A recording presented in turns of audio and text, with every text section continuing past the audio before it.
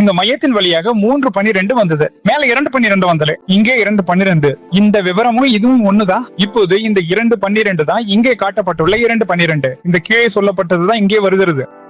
இதில் மேலே 2 கீழே 3 என்று நாம் எழுதி இருக்கிறோம். அதுதான் இந்த 3. எனவே இத வாசித்தால் அதுதான் இங்கே வருகிறது. எனவே இதில் வாசிப்பதிலே ஏதேனும் குழப்பம் இருந்தா இதில் பார்க்கலாம்.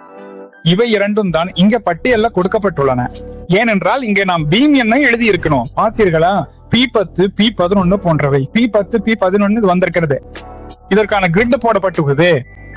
F15H5 அதுதான் நாம் போட்டிருக்கோம். 15H15 K15 அதுதான் இந்த கிரிட்டில் நாம் போட்டிருக்கிறோம்.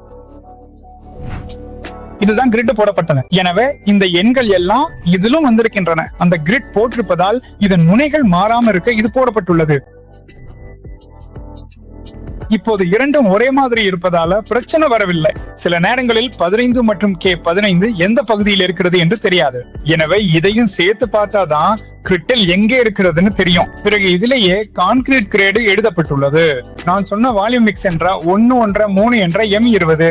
சில சமயங்கள்ல பீம்கள் லோட் எடுக்காம பல பிரச்சனைகள் வரும்போது நாம் இந்த 20 மாற்றி M30க்கு செல்வோம், M25க்கு செல்வோம். எனவே இந்த பகுதிகளை கவனிக்க வேண்டும். அதே போல் ரிங்குகளின் இடைவெளி, இந்த ரிங்குகளின் இடைவெளி என்பது இப்போது 12.5. இப்போது இரண்டும் ஒன்றுதான். சில நேரங்கள்ல இங்க 12 சென்டிமீட்டரும் இங்க 20 சென்டிமீட்டர் அல்லது 15 வரும்.